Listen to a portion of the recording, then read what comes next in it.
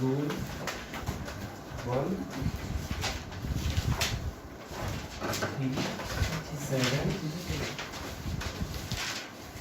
8 9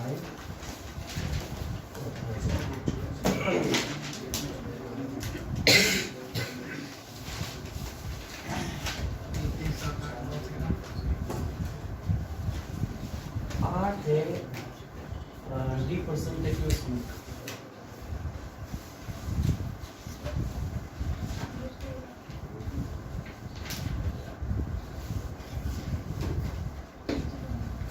और 9 है पक्षकारों का संयोजन कुसंयोजनों का संयोजन।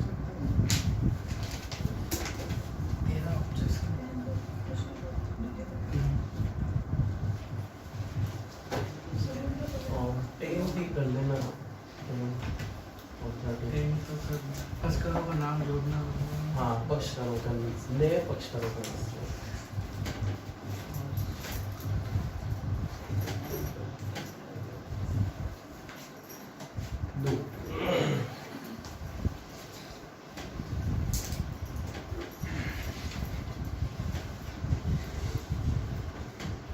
ऑर्डर 2 के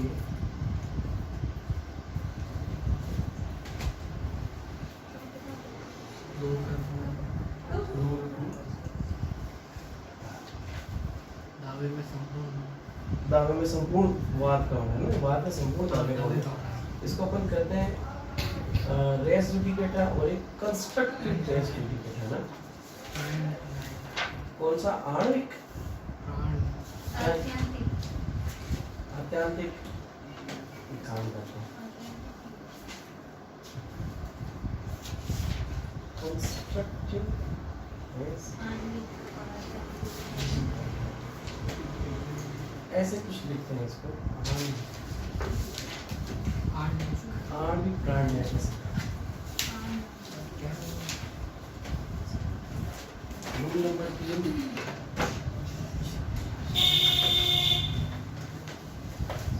और रूल नंबर 3 कहता है वाद हेतुकों का संयोजन।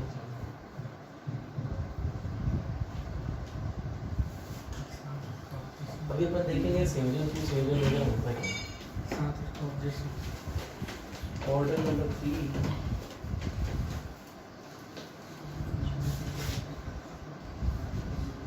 रूल नंबर 3 और रूल नंबर 6 जो ये बताता है नियुक्ति जो होती है वकील साहब की वो लिखित में होती है। लिखित का मतलब वकालत करने से, जबकि सरकारी वकील साहब की जो होती है उनका एक नंबर कम करो। सरकारी वकील साहब की जो होती है उसके लिए पीपी के लिए यदि वो क्रिमिनल सूट की पैरवी कर रहा है तो किसी तरह के अपॉइंटमेंट की आवश्यकता नहीं होती है, वो आकर कैसे भी काम की बात कर सकता है। 3 6 4 अपने आप में बस छोटा सा है, आपको बताइए 2 कॉपियों में संस्कृत किया था। ऑर्डर नंबर 5 के इंपोर्टेंट अपने लोगों ने दिए कीजिए। 1 4 5 9 1 15 17 20 24 24 क्या है? कारागार में जो व्यक्ति होगा उसके ऊपर संबंधित तामील केस 20 है प्रतिस्थापित संबंधी तामील, और प्रतिस्थापित संबंधी तामील कैसे समझी जाएगी? जैसे कि व्यक्तिगत संबंध की तामील होगी। और 30 संबंध के बदले पत्र भेजा जाना। 17 हाँ चस्पा 10 3 चस्पा 15 यदि वो सदस्य नहीं है तो कुटुंब के किसी अन्य व्यक्ति सदस्य पर जिसमें महिलाएं भी शामिल है। 9 9 समन कैसे कैसे भेजा जाएगा लिखित में ऐसे ऐसे करके। 5 बताया था कितनी कितनी दूर यदि कोई आदमी है तो उसकी अपीयरेंस कैसे कैसे होगी। 4 पक्षकारों की उपस्थिति के लिए संबंध। 4 ऐसे कितनी दूर है? कि 4 से है 4 क्या? में हाँ ठीक है, और 5 है फॉर सेटल इशू और फाइनल डिस्पोजल। अच्छा। न्यायालय समन किस के लिए होगी, या तो अंतिम उसके लिए या फिर और एक समन की तमील किए जाने के कितने समय के बाद मारा है? 3 भी तो है ना।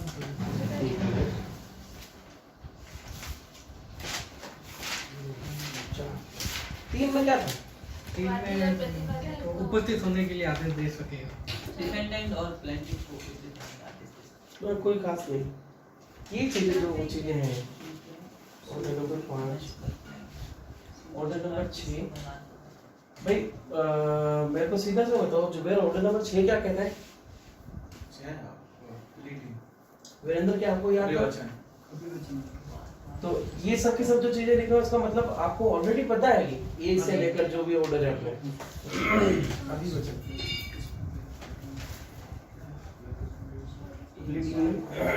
एक साथ 17 6 17 साथ नहीं है इसमें फेरबदल फेरबदल किया जा सकता है, विभाजन का किस तरीके का जो है कोई खास बात नहीं है। फेरबदल 7 ऑर्डर नंबर 7 है 9 10 11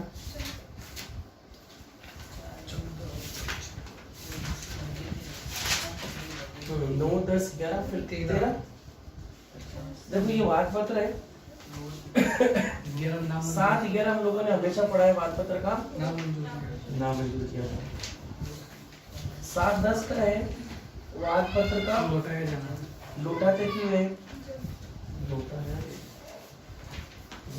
वीरेंद्र याद है क्या सीआरपीसी में जब अपन पढ़ते थे, जब परिवार किसी कोर्ट में पेश किया गया है और कोर्ट को लगता है कि ये कोर्ट को सुनने में सक्षम नहीं है, तो वादी परिवादी को कहती थी कोर्ट के प्रॉपर कोर्ट में जाके पेश करो आप, उसको अपन कहते थे परिवाद का लौटाया जाना।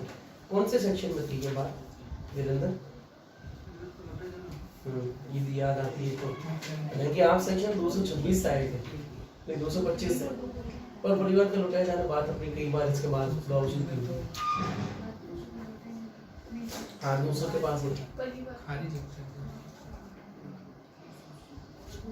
ये तो 201 परिवार का नहीं 201 परिवार का लौटाया जाना और 203 हाँ परिवार का खारिज कर देना और 202 सक्षम नहीं आदेशिका परीक्षा कर सकेगा मुलतवी आदेशिका के जारी किए जाने को मुलतवी किया। ठीक है, और उसी तरह से यदि परिवार नहीं अपन ने वाद जो प्लांट है जो प्रॉपर कोर्ट में नहीं पेश किया तो फिर वो कोर्ट क्या कहेगी कि सर आप प्रॉपर कोर्ट में पेश करो, इस कोर्ट को जुडिकेशन नहीं है 7 11 नहीं 7 10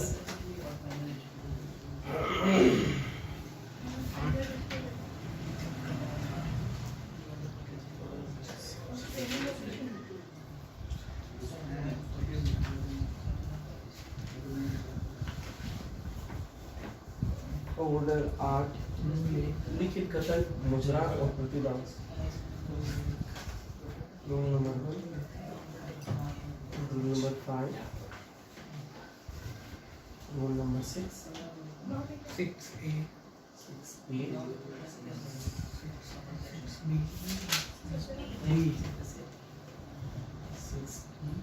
6D 6E 9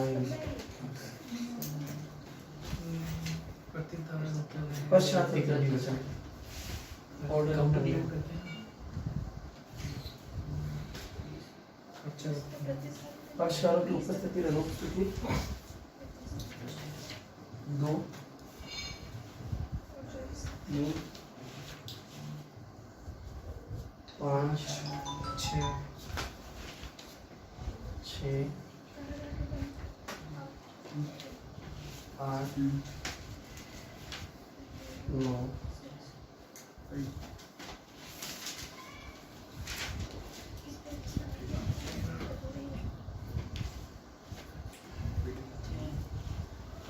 13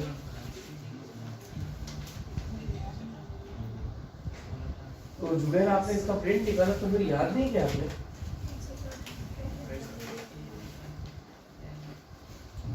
order number 10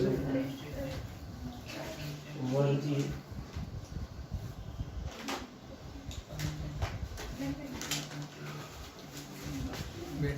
order number क्या आई है ऑर्डर लिखा है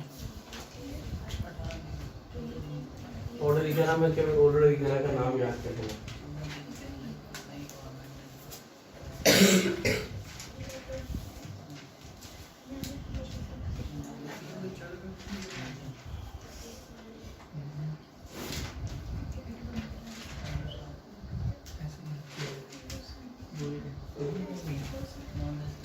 याद करके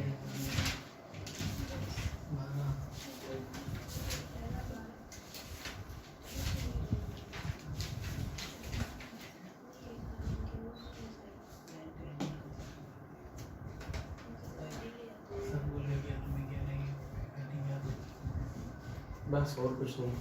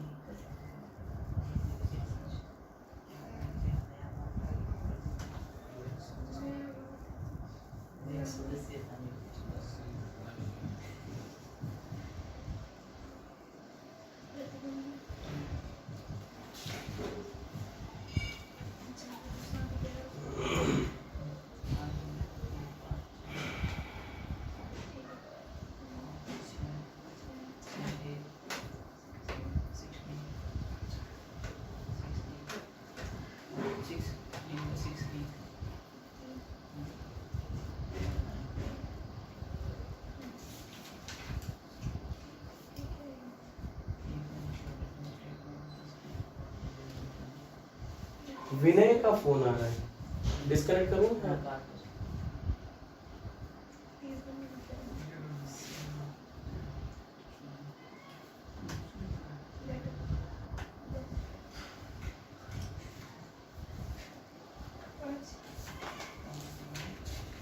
स्थगन क्या आ गया आपने स्थगन में लिखा कि यहाँ जो स्थगन होता है एडजॉर्नमेंट, यदि स्थगन किए जाने में दावा खारिज कर दिया या फिर एक पक्षपात आदेश दे दिया तब फिर अब कार्यवाही कहाँ की हो जाएगी? यदि ये नहीं तो फिर ऑर्डर नंबर 9 की कार्यवाही कि भी अपन देखेंगे ये क्या चलता है यहाँ पे।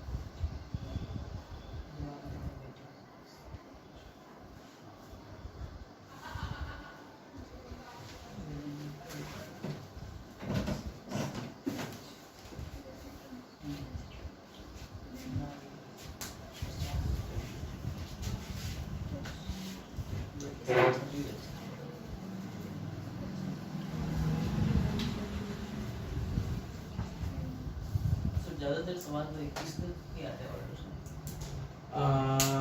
एक ऑर्डर नंबर 22 और 23 का भी पूछा गया अमूमन, है ना? 22 23 भी इसमें इम्पोर्टेंट है, 22 23 को भी डाल देते हैं। उसके बाद में ऑर्डर में से फिर आ जाएगा या तो ऑर्डर नंबर 38 है।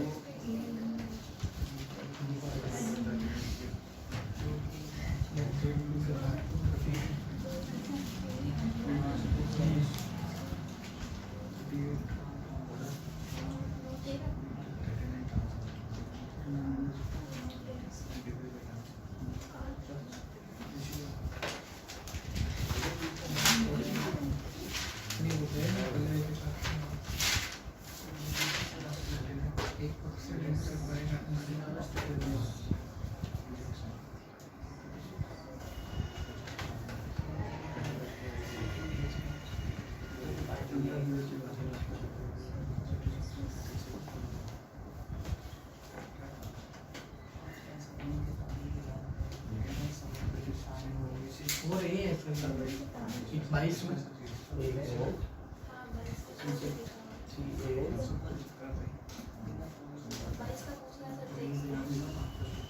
हाँ 4A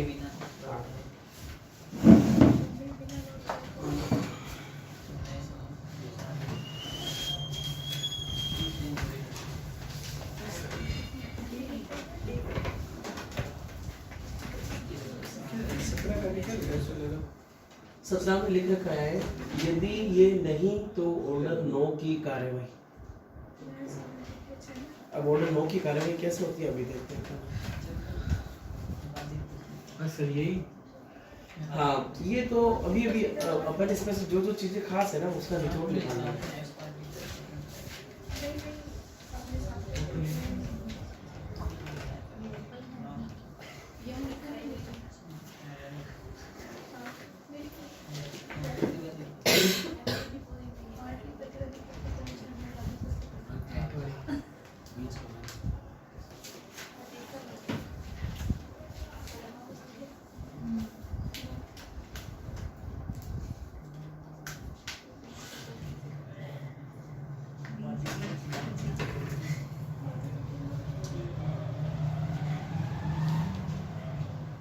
पंखा चलाए रखना है या बंद करना है? चलाए रखना है। इसकी इंग्लिश क्या होगी? यदि मैंने आपसे क्वेश्चन पूछा कि पंखा चलाए रखना है या बंद करना है, कौन बताएगा मतलब इसकी English? Neha?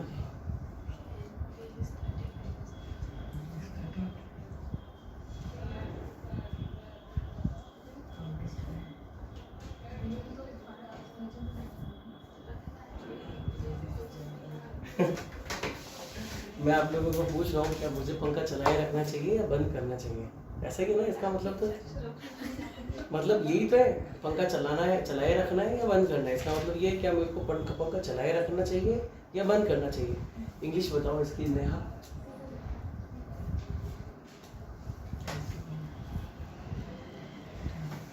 Pramila?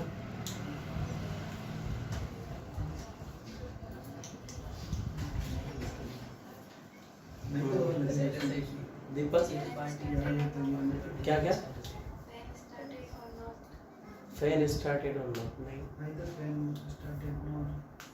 Neither nor और बहुत एंड। ये तो मैं कल अपने बच्चों को सिखा रहा था सेंटेंस। नाइदर नॉर का मतलब ये भी नहीं ये भी नहीं। जुबेर बताओ। फैन से तो बना सकता हूँ, आप पूछ लो सर। हाँ तो बताओ ना, मुझे पंखा चलाए रखना चाहिए या बंद करना है? इसकी इंग्लिश बताओ। मैं आपको यदि पूछूंगा तो आपको क्या पूछूंगा? कैन आई स्टार्ट फैन या नो? तो पंखा तो चालू ही है। नहीं no. Can I start fan या नो? मैं तो सिर्फ ना दीपक ने should I keep it on or can I or Should I keep it or not? Should I keep it on or not? यही तो है ना।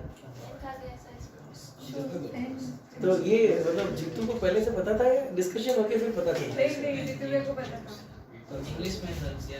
देखो जब भी कभी है ना सेंटेंस क्या से शुरू होता है, क्या मुझे पंखा चलाना चाहिए, क्या मुझे आपको कोई सवाल पूछना चाहिए, क्या आपको कल आना चाहिए, क्या कल का समय ये करते हैं। तो जब भी कहीं क्या से वर्ड शुरू हो रहा है तो उस पर व्हाट कभी नहीं आएगा।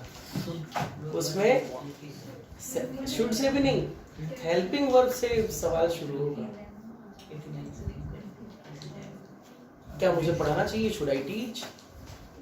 क्या आप ये काम कर सकते हो? Can you do that? ऐसा वैसा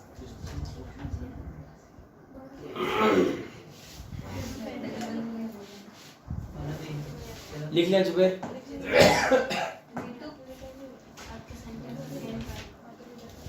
आपने पेन भी डाला। मैंने पेन डाला था, पेन चालू ही रखा था। सेंट्रल एकेडमी में क्या कह रहे हैं? आपने बोला क्या मुझे आपने बोला कि मैं चालू रखूं या बंद रखूं, पेन तो बोला ही नहीं आपने। Should I तुमने keep पेन का ही पूछा, डालने का जरूरत है। Should I keep on fan or not? है ना? चालू रखना। अच्छा, इसका मतलब कौन बता सकता है मेरे को? I don't want to but how hard I try, I can't help you. मुझे नहीं पता मुझे क्या करना चाहिए, मुझे ये नहीं बता सकता। मैं आपकी मदद तो करना चाहता हूँ लेकिन मैं इसके लिए कुछ मैं आपकी मदद नहीं कर सकता। ये सेंटेंस मैंने आप लोगों को एक बार हटाने के लिए भेजा है ना? भेजा नहीं था सर, यही लिखा था। 3 बार ऐसे कैसे बोला था? तो ये मेरे बच्चे को मैं पूछता हूँ बार बार, तो फिर वो गाना गाने लगता है, मुझे नहीं पता, मुझे मत पूछो। और ये वो छोटा वाला भी तो कुछ सेंटेंस रटे हुए होने चाहिए ना। I don't want to hurt you but how hard I try, I can't help you. लोगों को पता चला अरे यार ये तो क्या कहाँ से अंग्रेजी सीखा है। बस आपने बोला तो समझ नहीं है, बस सर इतना फास्ट बोले ना।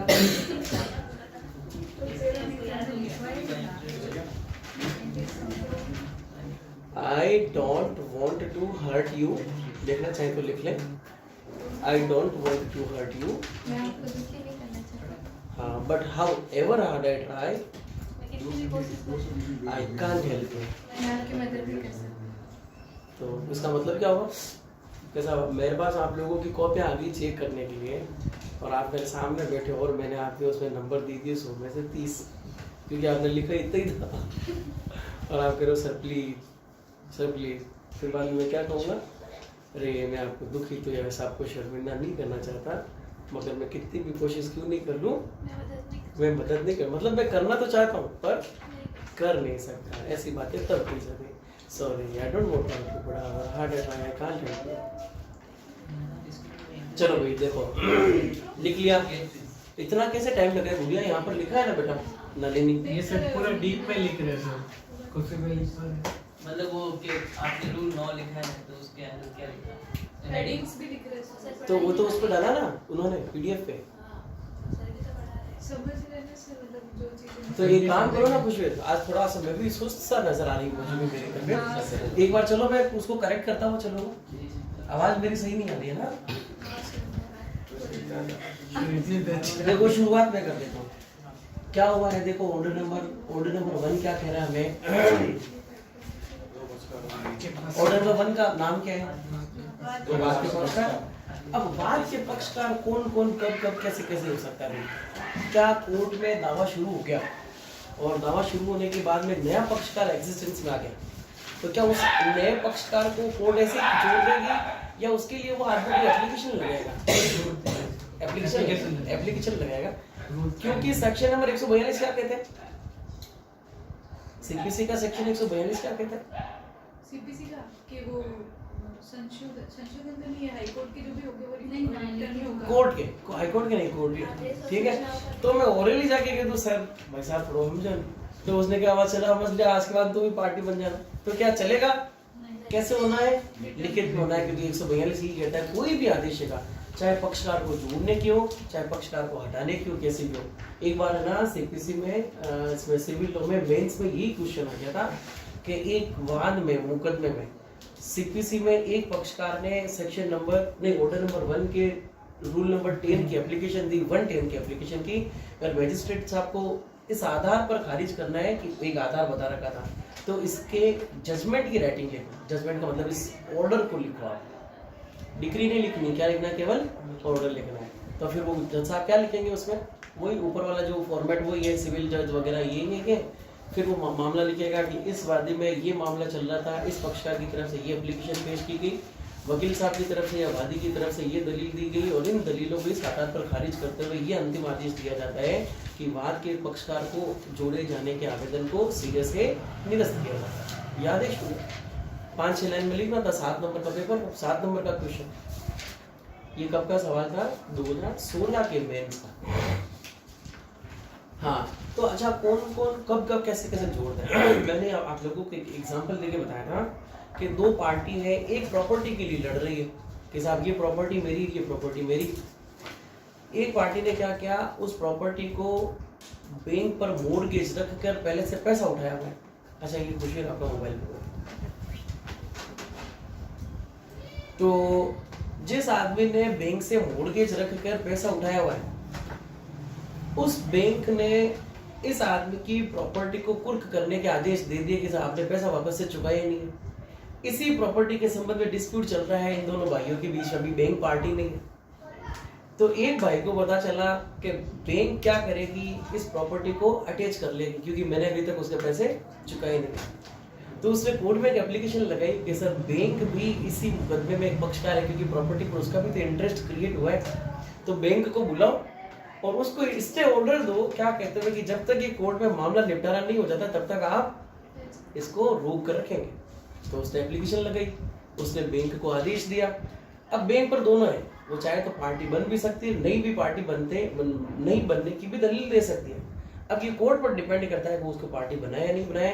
ओवरऑल जाके बैंक को उस पर पार्टी बनाया गया। कुछ आधार ऐसे थे कि साहब वास्तव में यदि मॉर्गेज ये था तो इस पर इंटरेस्ट क्रिएट हुआ, पार्टी बनाया गया और कोर्ट को स्टे ऑर्डर फाइल किया गया कि जब तक कि ये कोर्ट इसको सेट आउट नहीं कर देती तब तक आप इस पर किसी तरह की कोई कार्रवाई नहीं कर सकते। तो वो एप्लीकेशन कौन सी थी, 110। तो वाद में कोई भी पक्ष है, चाहे वादी हो चाहे प्रतिवादी हो, चाहे बहुत सारे वादी हो चाहे बहुत सारे प्रतिवादी हो, कितने भी लोग कभी भी जुड़ जा सकते हैं। ऑर्डर नंबर 1, रूल नंबर 10 का प्रूफ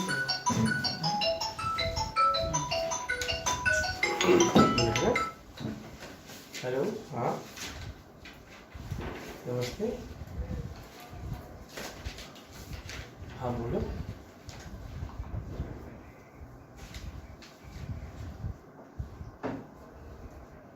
कितनी तारीख दे रखी है आपको बायोमेट्रिक के लिए?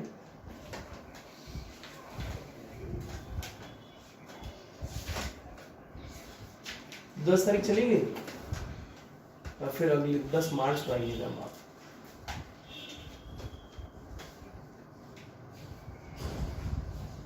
हाँ वो फिर स्कॉलरशिप रुक जाएगी आपकी।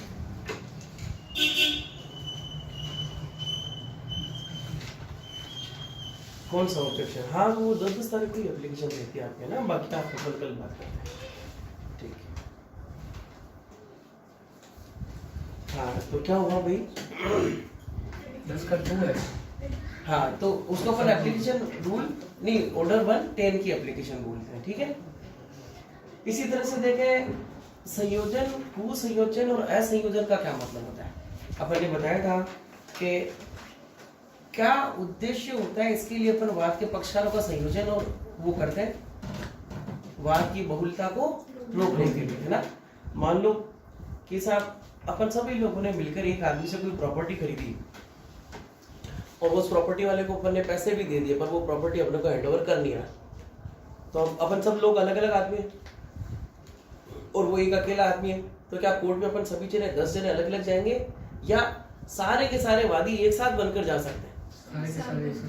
तो कारण क्या है उसमें कि यदि वाद की विवाद वस्तु एक ही है और सहव्यवहार एक ही है, मांगा जाने वाला अनुतोष एक ही है, तो सारे के सारे पक्षकार एक ही वाद में एक ही तरह के पक्षकार बन सकते हैं। इसको अपन कहते हैं वाद का संयोजन है।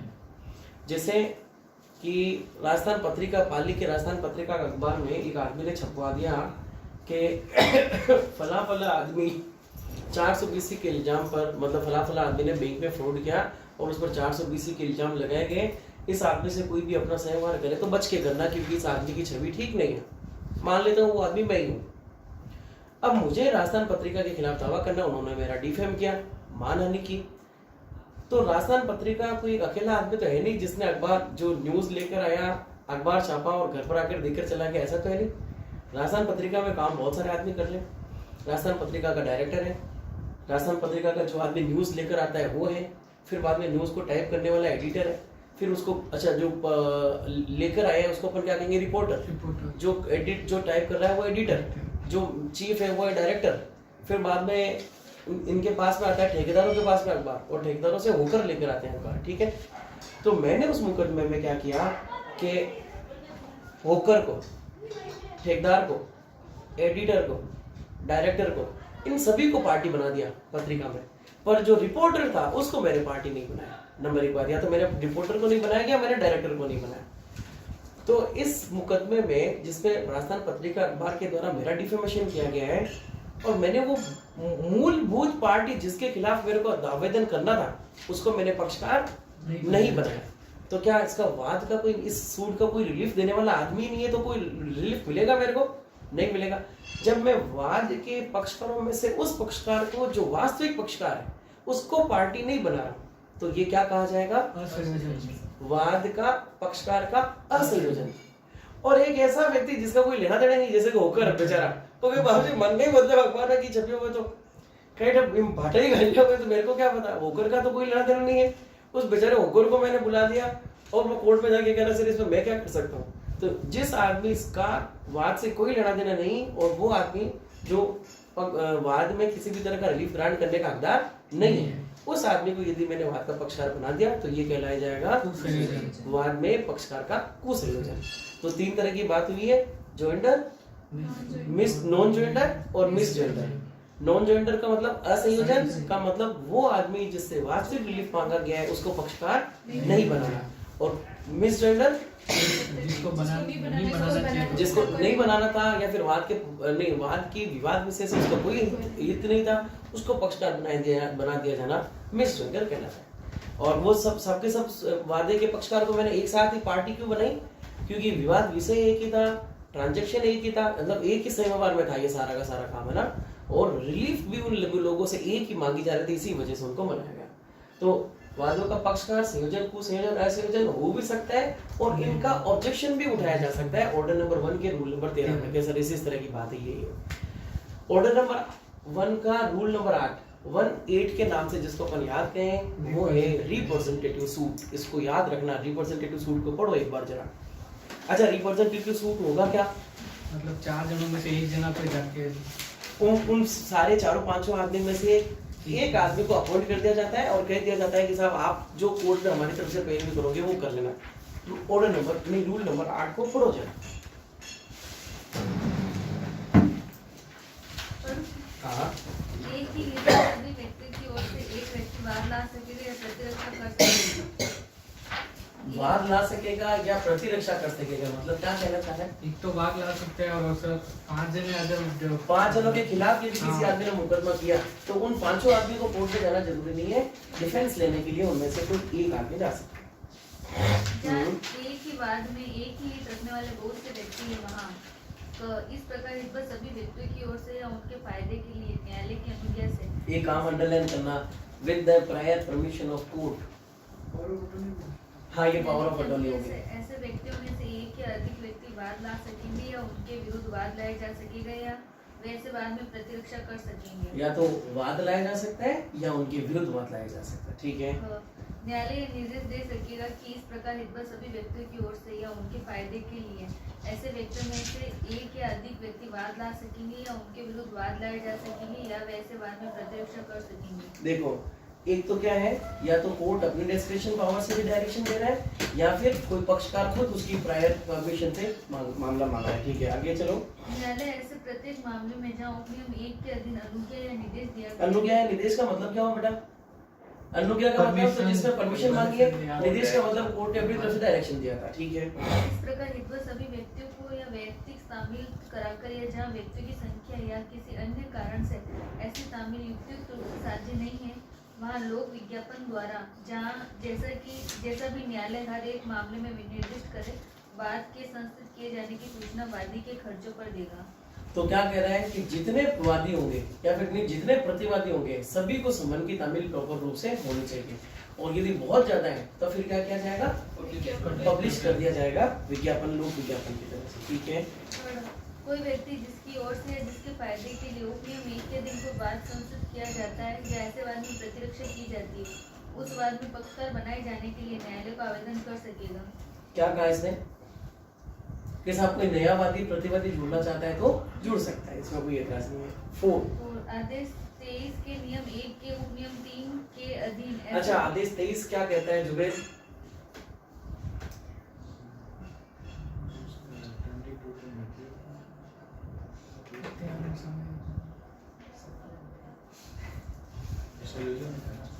जनक वादों का प्रत्याहरण और समायोजन। वादों का प्रत्याहरण और समायोजन। अच्छा, प्रत्याहरण का क्या मतलब होता है?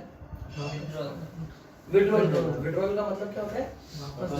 वापस ले लेना। देखो अमूमन क्या होता है कि विड्रॉल को कहते हैं नोट प्रेस। नाम सुना आप लोगों ने नोट प्रेस? क्या हुआ नोट प्रेस का मतलब समझे कि मेरे खिलाफ किसी आदमी ने, मैं क्रिमिनल की केस की बात करके बता रहा हूँ, मेरे खिलाफ किसी आदमी ने कोई ऑफेंस कर दिया और मैंने उसके खिलाफ एफआईआर दर्ज करवा दी। उस आदमी को पता है कि साहब मेरे को गिरफ्तार किया जा सकता है। कोर्ट ऑफ सेशन में उसने एंटीसिपेटरी बेल के लिए एप्लीकेशन लगाई, उनके वकील साहब आ गए तो उसके पास में अच्छा दो ऑप्शन है। क्या क्या ऑप्शन है?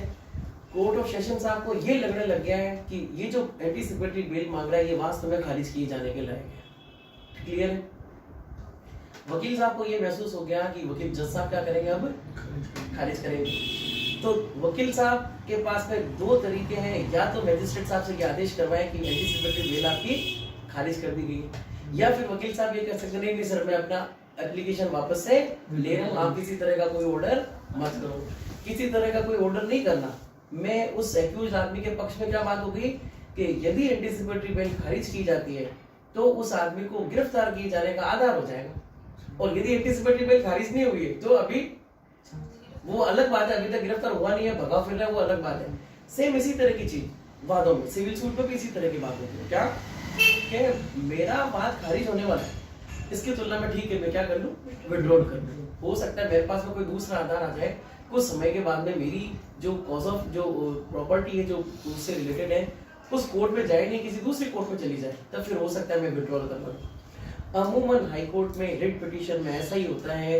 कोई भी वकील साहब को लगता है कि सर मेरा मामला खारिज होने वाला है तो कोर्ट से ये परमिशन ले लेता है कि सर मैं इस परमिशन के साथ में विड्रॉल करवा रहा हूँ जिसमें कि मुझे ये अनुमति हो कि मैं वापस से दर्ज करवा सकूं, नया वाद नहीं लाने की जरूरत हो, उसी को मैं वापस पेश कर सकूं। ठीक है ना? तो जब कोर्ट इस तरह की परमिशन ग्रांट कर देती है कि साहब चलो ठीक है आपको विड्रॉल करने की अनुमति दे दी जाती है, क्या कि आप नया वाद नहीं लाए, इसी को वापस से रिस्टोर कर सकें, पर उसमें एक शर्त होगी। क्या होगी? कितने समय में वापस दर्ज करना पड़ेगा उसको? जिस दिन से कॉज ऑफ एक्शन अराइज हुआ था लिमिटेशन पीरियड में। अब लिमिटेशन पीरियड नहीं शुरू नहीं होगी, विड्रॉल उसने कर लिया, इसका मतलब ये नहीं कि आज से नहीं लिमिटेशन पीरियड हो गई। लिमिटेशन तो जब कॉज ऑफ एक्शन अराइज हुआ था उसी से रहेगा। मान लो कॉज ऑफ एक्शन अराइज हो गया, 1 महीने के अंदर मैंने सूट वो पेश कर दिया, अभी मेरे पास में 3 महीने का समय था, मैंने 1 महीने में पेश कर दिया, अब मेरे पास कितने महीने बचे थे? 2 महीने, और मैंने वापस से विड्रॉल कर लिया। विड्रॉल करने के बाद अब मेरे पास कितना समय है उसको वापस से रिस्टोर करने का या वापस से नया आवेदन करने का? 2 महीने बचे हैं। ठीक है ना? इसको अपन कहते हैं विड्रॉल। और समायोजन का क्या मतलब होता है? समायोजन का मतलब कि साहब हाँ ठीक है सर यही मांग रहा है, मैं भी यही देने के लिए तैयार हूँ, समायोजित कर लो उसको, सेटलमेंट कर लेते हैं। क्या हुआ नलिनी? चलो अब अपन ऑर्डर नंबर 4 देते हैं। नहीं sorry, rule number 4, sorry provision number 4 of rule number 8। हाँ, order number 1, rule number 8, provision number 4। आदेश 23 के नियम 1 के उपनियम 3 के अधीन ऐसे हाँ नियम 3 के अधीन नियम आपके पास प्रमीला अभी तक है ना कानून प्रकाशक क्यों है? देखो ये गुड़िया के हाथ में है, मेरा सब कुछ लिखा हुआ, ये कानून प्रकाशक है मेरा। और वो आप देखोगे उसकी हालत इसमें तो फिर भी इसको गत्ता वगैरह चढ़ा के ठीक ढंग से कर दिया बच्चे। चलो कोई बात नहीं, हाँ नेहा पढ़ो जरा। आदेश 23 के नियम 1 के उपनियम इसमें प्रॉब्लम क्या होगी गुड़िया?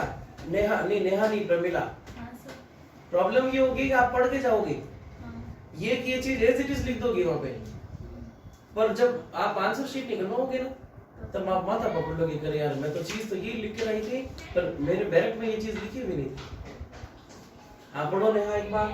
आदेश 23 के नियम 1 के उपनियम 1 के अधीन ऐसे वाद के दावे में किसी भाग का परित्याग नहीं किया जाएगा और उस आदेश के नियम 1 के उपनियम 3 के अधीन ऐसे वाद का प्रत्याहरण नहीं किया जाएगा और उस आदेश के नियम 3 के अधीन ऐसे वाद में कोई करार, समझौता या तुष्टि अभिलिखित नहीं की जाएगी जब तक कि न्यायालय ने इस प्रकार हितबद्ध सभी व्यक्तियों को उपनियम 2 में भी निर्दिष्ट युक्ति से सूचना वादी के खर्चे पर न देती हो। क्या कह रहा है ये कि रिप्रेजेंटेटिव सूट था और वो जो आदमी जो रिप्रेजेंट कर रहा था उसने बाकी सबसे तो कोई अनुमति ली नहीं, कोर्ट में जाके कह दिया सर मैं तो विड्रॉल करना चाहता हूँ, मैंने तो ना तो वो मानता है ना ये मानता है, तो क्या वो इस तरह से विड्रॉल या कोई समझौता कर सकता है? यदि करेगा तो कोर्ट तब तक नहीं करने देगा जब तक कि वादी के खर्चे पर इन सारे व्यक्तियों को इस तरह की सूचना नहीं दी गई है। समझ गए? और यही सवाल 4 नंबर का बन के 2013 के आज इसके मेंस में पूछते हैं। बहुत आसान सा।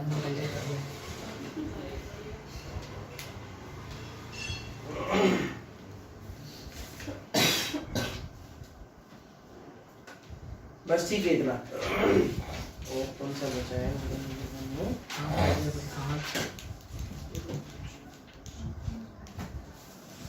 कोड नंबर 1 का रूल नंबर 1 पढ़ो जरा। वादी के रूप में कौन से आयोजित किए जाए? हाँ, कौन से आयोजित किए जाएंगे पढ़ो। क्या पता इस बार ये सवाल पूछ ले मेंस में। वे सभी व्यक्तिवादियों के रूप में एक वाद में संयोजित किए जा सकेंगे जहाँ एक ही कार्य या समव्यवहार या कार्यों या समव्यवहारों की आवली के बारे में या उससे पैदा होने वाले अनुतोष पाने का अधिकार उसमें संयुक्त या पृथकतः या अनुकल्पतः वर्तमान होना अभिकथित है। भाई एक ही सेवावार या एक ही सेवावार की कई सारी आवली का मतलब सीरियल ऑफ चैनल है ना। ये भी काम हुआ, ये भी काम हुआ, ये भी काम हुआ, उनमें वो सभी व्यक्ति पक्षकार थे। और जो रिलीफ है वो भी सेम तरह का मांगा गया है। होने वाले अनुतोष पाने का अधिकार है ना, रिलीफ भी सेम है। और या तो सेपरेटली या जॉइंटली वो सब चीजें सेम है, तब हम उन सभी व्यक्तियों को एक तरह के पक्षकार बना सकते हैं। नेक्स्ट, यदि ऐसे व्यक्ति पृथक पृथक वाद लाते हैं तो विधि या तथ्य का सामान्य प्रश्न पैदा होता है। हाँ, वही व्यक्ति जिससे अपने प्रॉपर्टी खरीदी है, अभी अपन लोग अलग अलग दावा करते हैं तो भी क्या मांग करते हैं कि सर मेरी प्रॉपर्टी दिलाओ, आप भी करो मेरी प्रॉपर्टी दिलाओ, आपने भी कहा मेरी प्रॉपर्टी दिलाओ। तो क्या है, इक्वेशन ऑफ फैक्ट है वो एक ही तरह का अरेंज हुआ इस वजह से। मतलब सेम विवाद वस्तु सर। हाँ, विवाद एक ही होना चाहिए। विवाद वस्तु सेम होनी चाहिए। हाँ तो हाँ, कोर्स ऑफ एक्शंस। हाँ बताओ। मतलब एक वर्ड होता है जनरल और एक होता है कॉमन, दोनों में डिफरेंस क्या है? जनरल और कॉमन में अगर देखा जाए मेन डिफरेंस। एक मिनट, आपका वैसे सवाल अच्छा है। जनरल और कॉमन, कॉमन को हिंदी में अपन कॉमन को तो सर दो जनों के बीच में एक चीज है तो उसको कॉमन कह सकते हैं, और जनरल मतलब बहुत लोगों के बीच में सामान्य, बहुत लोगों के बीच में एक चीज है तो उसको जनरल कहेंगे। तो कॉमन का मतलब यूं कहते हैं कि कुछ स्पेसिफिक आदमियों के बीच में जिस चीज को अपन साझा कर रहे हैं। अच्छा, ऐसा कहते हैं कि मान लो किसी घर में 2 या 2 से अधिक ना किराएदार हो गए और उनको किचन एक ही यूज करना है, तो वो क्या हो गया, उन दोनों का कॉमन किचन हो गया। और जनरल किचन का मतलब हो गया सरकार के द्वारा यदि बाहर एक कोई किचन बना दिया है ना, तो वो होगी जनरल किचन। मतलब ये सेम उसी तरह की बात होती है जैसे कि ईच एंड एवरी होता है। क्वेश्चन पेपर में लिखा हुआ आता है कि सर 10 क्वेश्चन है, ईच क्वेश्चन इतने इतने नंबर का है, या फिर वहां पर लिखा हुआ था एवरी क्वेश्चन इतने इतने नंबर का है, और या फिर लिखा हुआ था सारे क्वेश्चन करने जरूरी है। तो इसका मतलब ईच क्वेश्चन अटेंड करने जरूरी है या एवरी क्वेश्चन अटेंड करने जरूरी है? नहीं, वहां पर लिख रखा होगा ईच क्वेश्चन। तो इस क्वेश्चन कंटेंट्स होता है सर। हाँ, ईच क्वेश्चन कंटेंट मार्क्स इतना है ना। तो इसका मतलब ये है कि क्वेश्चन केवल वो जो इस पेपर में, इसके बाहर के नहीं, और वो क्वेश्चन जो इस पेपर में हमें करने हैं वो उसके लिए ईच, मतलब कुछ कॉमन चीजों के लिए होता है। क्या कह रहे हो नाजिम, कुछ काम है क्या? चल, तो सर कॉमन और ना जनरल की दोनों का हिंदी मीनिंग समान नहीं है। जनरल का मतलब तो है साधारण साधारण सामान्य। साधारण। तो मतलब दोनों का हिंदी मीनिंग एक ही समान। भाई इसको मैं देख कर बताऊंगा। अच्छा, अब आप ये इसमें इस लॉ में कुछ लिखा हुआ है, इस वजह से पूछ रहा हूँ कोई। यहाँ पे भी लिखा हुआ, सुबह हम पढ़ रहे थे ना कंपनी लॉ को, उसमें भी आई थी ये चीज। ठीक है, यहाँ पर कहाँ देखा आपने? सर जैसे ना ये इसका बी वाला कॉमन क्वेश्चन। कॉमन हाँ हाँ, और यहाँ पे हिंदी में लिखा हुआ सामान्य प्रश्न।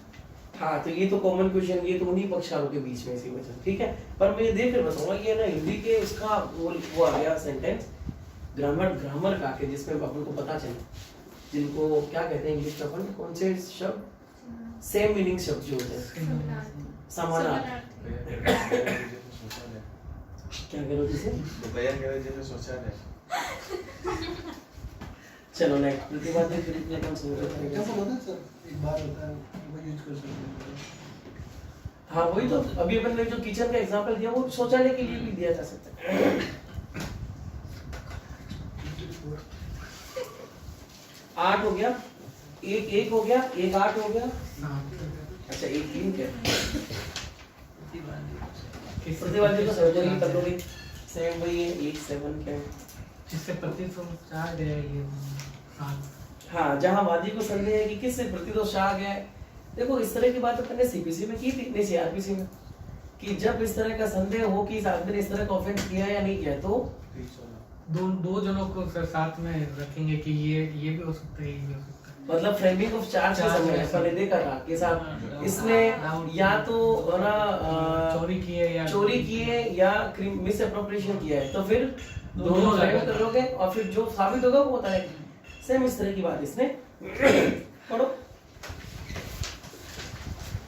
जब वादी को संदेह है कि किससे प्रतिदोष चाह गया है, जहाँ वादी को इस बारे में संदेह है कि वह व्यक्ति कौन है जिससे प्रतिदोष अभिप्राप्त करने का वह हकदार है, वह 2 या अधिक प्रतिवादियों को इसलिए संयोजित कर सकेगा कि सभी पक्षकारों के बीच इस प्रश्न के बारे में अवधारित किया जा सके कि प्रतिवादी में से कौन और किस विस्तार तक रही है।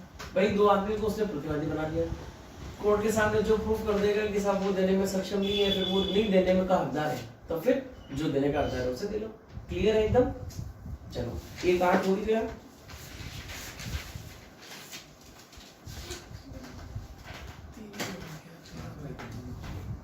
भी हो गया ऑर्डर लिख के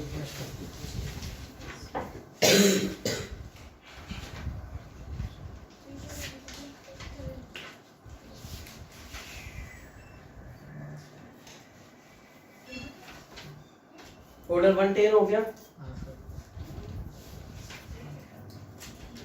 ऑर्डर 113 याद करो तो कर लेना, कोई खास बात नहीं। 110 में यही याद करना ओनली फॉर बस पक्षकारों का जोड़ना और पक्षकारों का नहीं वाद में पक्षकारों का नाम जोड़ना। हाँ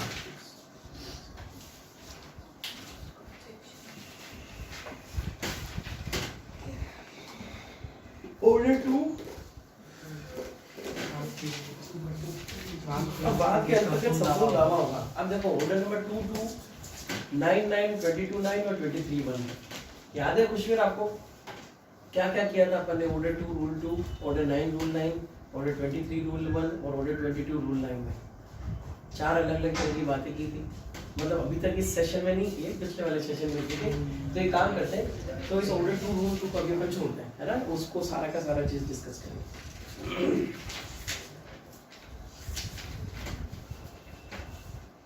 अच्छा या फिर यदि इसको यूं समझे अपन, क्या ऑर्डर 2 रूल 2 की बात कर रहे हैं। जब अपन ने दावा किया था कि साहब ए के दावे में सारे के सारे दावे मांगे जाएंगे, या फिर ए के दावे में प्रतिरक्षा और प्रतिरक्षा और आक्रमण का आधार होंगे जितने भी, वो सारे के सारे शामिल होंगे, ठीक है। तो वो किस किस के, जो बचाव किए जा रहे हैं और जो आपकी तरफ से बात की जा रही है उसके लिए। क्या अनुतोष के लिए वहां लिख रखा था क्या कि साहब जो अनुतोष मांगे जाएंगे वो सब सब एक साथ ही मांगे जाएंगे, उसी को आगे एक्सटेंड किया है यहाँ पर ऑर्डर नंबर 2 रूल नंबर 2 में। ऑर्डर नंबर 2 के रूल नंबर 2 के प्रोविजन नंबर 3 में कई अनुतोषों में से एक के लिए वाद लाने का लोग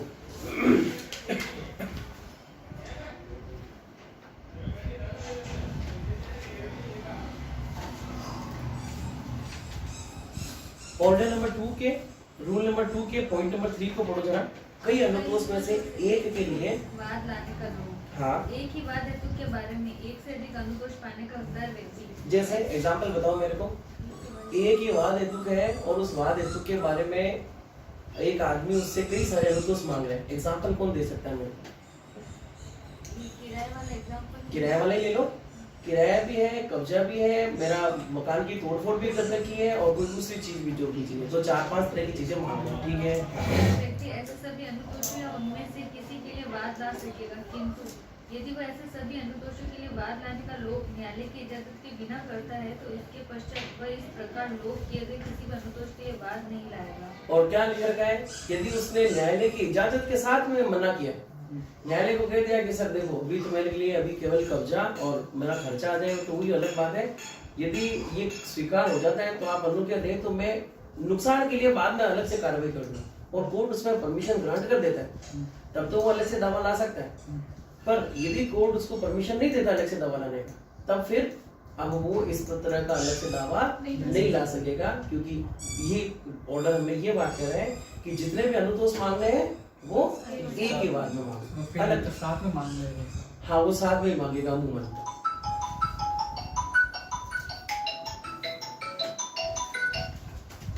हाँ भाई, वालेकुम सलाम। अरे वही 4 बजे से 6:30 बजे है, और 6:30 बजे तो जा रहे हो मैडम? 6:30 पर मेरे पास क्लास लेके वहां से आधा घंटा मान चाल, ठीक है।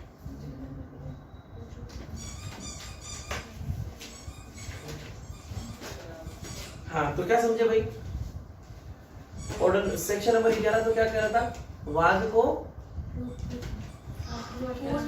सुनवाई नहीं की जाएगी। कब? जब उस तरह के न्यायालय ने वाद में सबको सब सुन लिया, और वाद का फिर कंटेंट में सेक्शन नंबर 11 के एक्सप्लेनेशन में फॉर्मूला लिखा, वाद में संपूर्ण दावा होगा, है ना? आप कह रहे हो त्याग ना तो 11 का 5 है, और एक नहीं दिया है तो इसको मतलब कुछ लिखा नहीं तो नामंजूर, तो वो नामंजूर किया जाएगा, है ना? 4 में ये प्रतिरक्षा और आक्रमण के आधार सारे उसमें होंगे, और इसमें क्या बात लिख रही है, रिलीफ की बात लिख रही है, ये कोर्ट की परमिशन के बिना ये उसने कोई रिलीफ नहीं मांगा है, और एक ही वाद हेतु से वो था, एक ही सहमत का भाग था, तो वो वापस से इलेक्शन नहीं करेगा।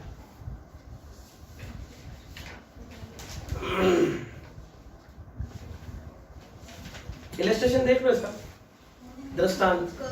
एक घर ख को 1200 रुपए वार्षिक भाटक के पट्टे पर देता है। सन 1905, 1906, 1907 इन सभी पूरे वर्षों का भाटक शोध्य है, मतलब किराया मांगता है वो 3 सालों का, और दिया नहीं गया है। क सन 1908 में ख पर केवल सन 1906 के शोध्य भाटे के लिए वाद लाता है। ख के ऊपर क उसके पश्चात सन 1905, 1907 के शोध्य भाटे के लिए वाद नहीं लाएगा, क्योंकि एक ही संगवार से उत्पन्न था, अलग अलग कॉज ऑफ एक्शन थे, डजंट मैटर, पर उसको एक बार में सारे के सारे रिलीफ मांगने चाहिए। वाद हेतुकों का संयोजन, ऑर्डर 2 रूल 3। उसके सिवाय जैसा अन्यथा उपबंधित है, वादी उसी प्रतिवादी या संयुक्त उन्हीं प्रतिवादियों के विरुद्ध कई वाद हेतु एक ही वाद में संयोजित कर सकेगा, और ऐसे वाद हेतु रखने वाले की कोई भी वादी जिनमें वे उसी प्रतिवादी या संयुक्त उन्हीं प्रतिवादियों के विरुद्ध संयुक्त उपबद्ध हो, ऐसे वाद हेतुकों को एक ही बार में संयोजित कर सकेंगे। कर लोगे वाद हेतुकों का संयोजन, ऑर्डर 2 रूल नंबर 3। और वाद हेतु कौन कौन से होते हैं, जैसे अभी अपने मकान मालिक का बोल रहे हैं,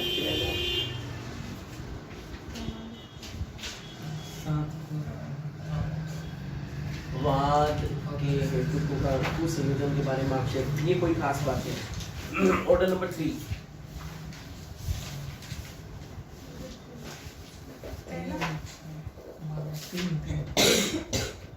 मान्यता प्राप्त अभिकर्ता पर आदेशिका की तामील।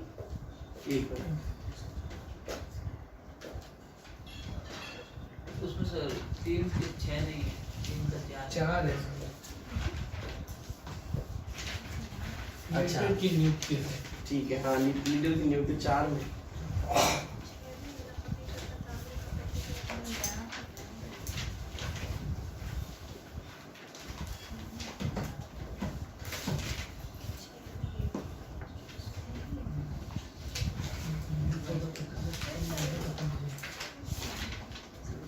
अच्छा, प्लीडर की नियुक्ति कैसे हो रही है, ऑर्डर 3 के रूल 4 में। इसका सब सेक्शन नंबर नहीं, सब रूल नंबर 2 क्या कह रहा है, हर ऐसी नियुक्ति, न्यायालय में फाइल की जाएगी।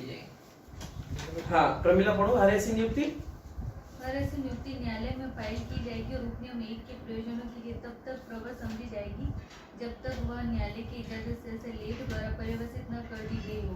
मतलब क्या कह रहा है कि वो वकील कब तक रहेगा उसका, जब तक न्यायालय में वो मना नहीं करता, जब तक न्यायालय में मना नहीं कर गया है। जो स्थिति मूल वकील या प्लीडर द्वारा हस्ताक्षरित है और न्यायालय में फाइल कर दिया गया है, या जब तक मूल वकील या प्लीडर की मृत्यु न हो गई हो, या जब तक वाद में कि उस मूल वकील से संबंधित समस्त कार्रवाई का अंत न हो गया हो। तो वो वकील कब तक रहेगा, या तो उसका डेथ नहीं हो गई हो या फिर वो सभी की सभी कार्यवाही का अंत नहीं हो गया।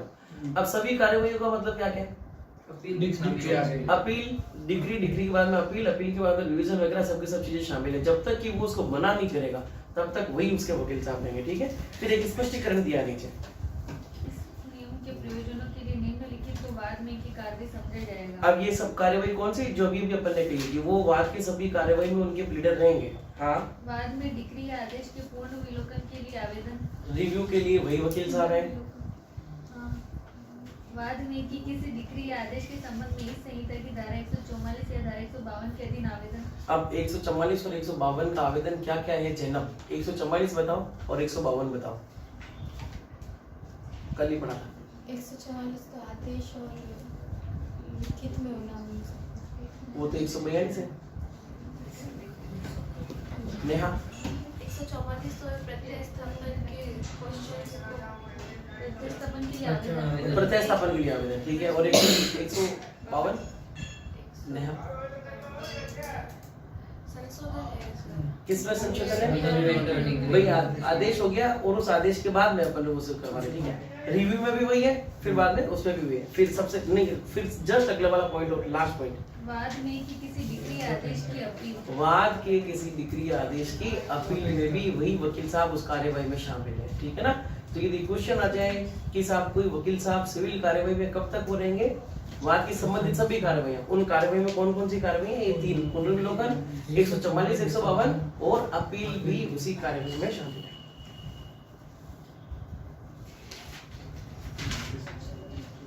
क्या कोई भी आदेशिका का मतलब सम्मान या फिर कोई भी दूसरा आदेश जो भी जारी किया गया है, जरूरी है क्या वादी या प्रतिवादी को ही करे? वादी या प्रतिवादी के वकील साहब को कर दिया जाए तो उसकी तामील समझ ली जाएगी। अभिकर्ता को कर दी गई तामील उनको तामील समझ जाएगी।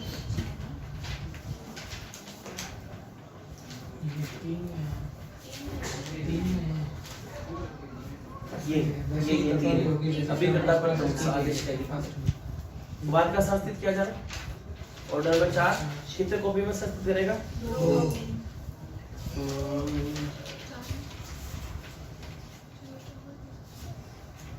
और फिर बाद में रूल नंबर 2 में क्या है? वाद का रजिस्टर, और उस वाद के रजिस्टर में उसको दर्ज करके वाद की संख्या दे दी जाएगी।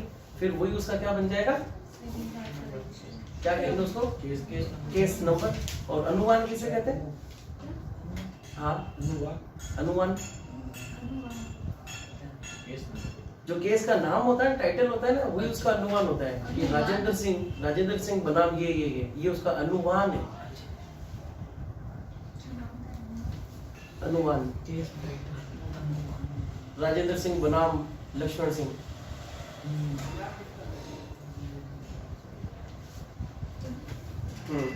ऑर्डर नंबर 5 तो हो गया था अपना।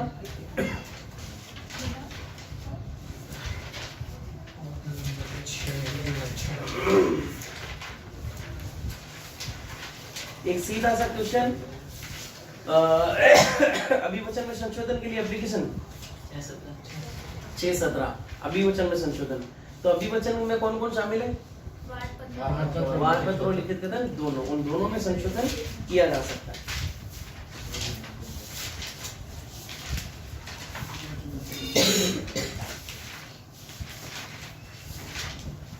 ऑर्डर नंबर 6 सबसे पहला वेरी इंपॉर्टेंट, हाँ, अभिवचन में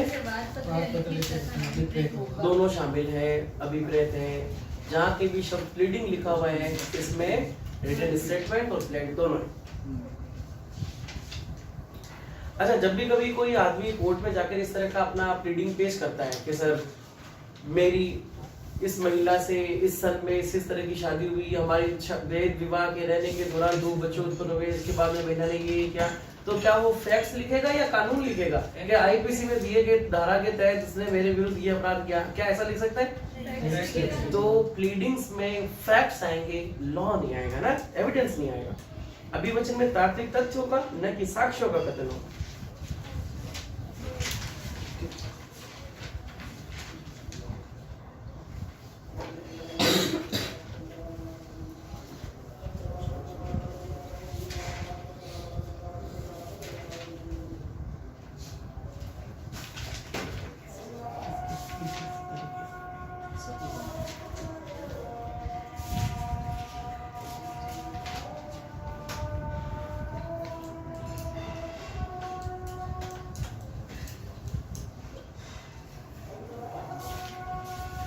अभिवचन जब होते हैं तो उसके नीचे फिर वादी का हस्ताक्षर होता है।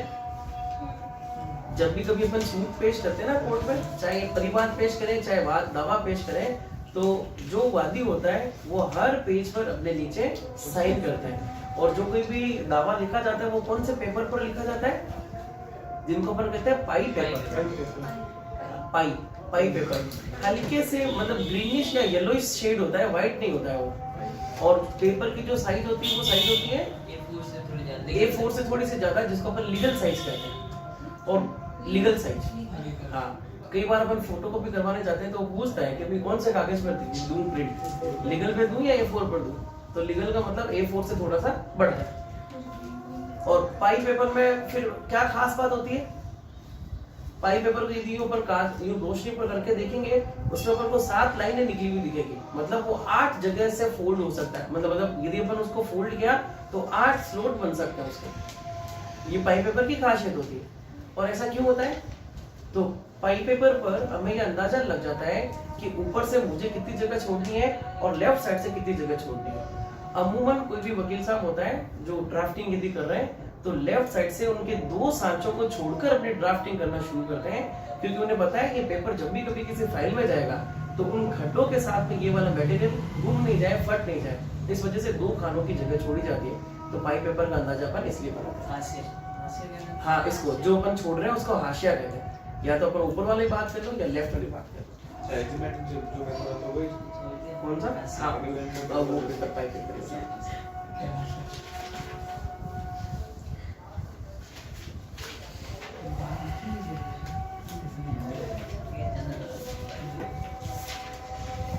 फिर बाद में जो कोई भी दावा की मांग की बात कर रहा है, अधिकार की मांग कर रहा है, तो फिर वो सबसे नीचे क्या लिखता है उसमें? कभी आपने देखा कि मैं अपने पूर्ण सत्य जानकारी और कथनों के साथ में ईश्वर की शपथ लेते हुए ये बयान करता हूँ कि ये कभी सभी कथन सत्य है, अतः ईश्वर मेरी रक्षा करे, ऐसा लिखा हुआ है। मतलब वो अपना शपथ पर बयान देता है ना। तो ये बात लिख रही है ऑर्डर रूल नंबर 15 में। तो मतलब जो भी चीज अपन कोर्ट पे कर रहे हैं, चाहे अपन पाई पेपर यूज कर रहे हैं, चाहे लीगल साइज का पेपर यूज कर रहे हैं, चाहे हस्ताक्षर करवा रहे हैं, चाहे शपथ लिखवा रहे हैं, चाहे एविडेंस नहीं लिखवा रहे हैं, वो सब बातें कहाँ से आ रही है? कौन डायरेक्शन दे रहा है हमें? लॉ डायरेक्शन दे रहा है, सीपीसी डायरेक्शन दे रहा है।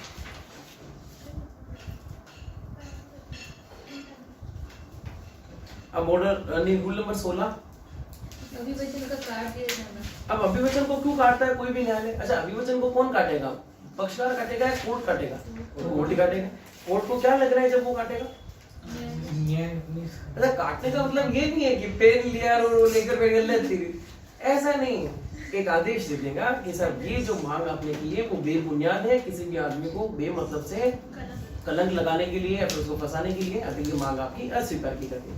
तो क्या क्या लिखा? जो आवश्यक, अनावश्यक है, कलंकात्मक है, तुच्छ या तंग करने वाली है, या जो वाद के रिजु विचारण या प्रतिकूल प्रभाव डालने वाली या उसमें उलझन डालने वाली या विलंब करने वाली है, जो अन्यथा न्यायालय की प्रक्रिया का दुरुपयोग करता है, उन सभी चीज को वो हटा देंगे उसमें। रिजु का मतलब होता है भाई एक बैलेंस ट्रायल। बैलेंस ट्रायल का मतलब कि साहब ये भी अपनी बात कह सके, ये भी अपनी बात कह सके। और एक होता है पक्षपात भरी ट्रायल, जिसमें वो कहे कि सर आपको तो सिर्फ मेरी बात सुननी, उसकी बात नहीं सुननी। हाँ, फेयर का मतलब हो गया रिजु, और पक्षपात रूप हो गया फेयर और अनफेयर। ठीक है। Rule number 17 very important. तो आज के बाद में मैं कभी आप लोगों को पूछूं कि अभिवचनों में संशोधन, तो सीधा सा क्या निकलेगा? 6-17। नए वादी को जोड़ा जाना 1-10। प्रतिनिधिक वाद 1-8। याद रखोगे 1-8। अच्छा, वाद हेतुकों का संयोजन 2-3। वाद हेतुकों का कोर्स ऑफ एक्शन का संयोजन 2-3। 1-8। जब किसी वादी का पता नहीं कि उसको जोड़ना है या नहीं जोड़ना, तो फिर जोड़ दिया जाएगा। संदेह की स्थिति में वादी को जोड़ा जाना 1-7। एक साथ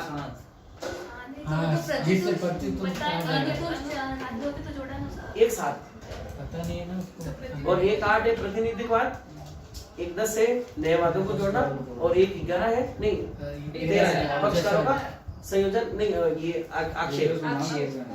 ऑर्डर नंबर 9 से आगे अपन ऑर्डर नंबर 6 पर है ना। अभिवचन 6-17।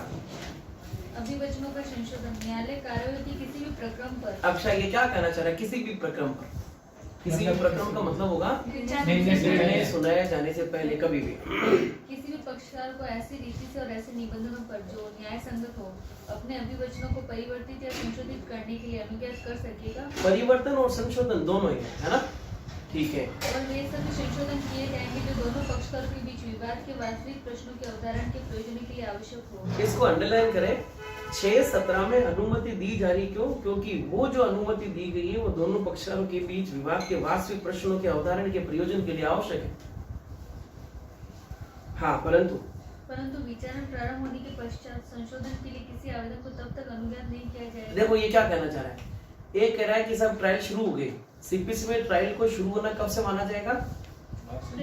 विवादों के स्थिरीकरण के पश्चात से। और सीआरपीसी में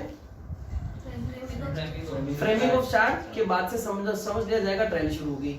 अब ये कह रहे हैं कि परंतु विचारण प्रारंभ होने के पश्चात संशोधन के लिए किसी आवेदन को तब तक अनुज्ञात नहीं किया जाएगा। मतलब कि एक बार के अपन को मना कर रहा है कि सब ट्रायल शुरू होने के बाद में संशोधन को अनुज्ञात नहीं किया जाएगा।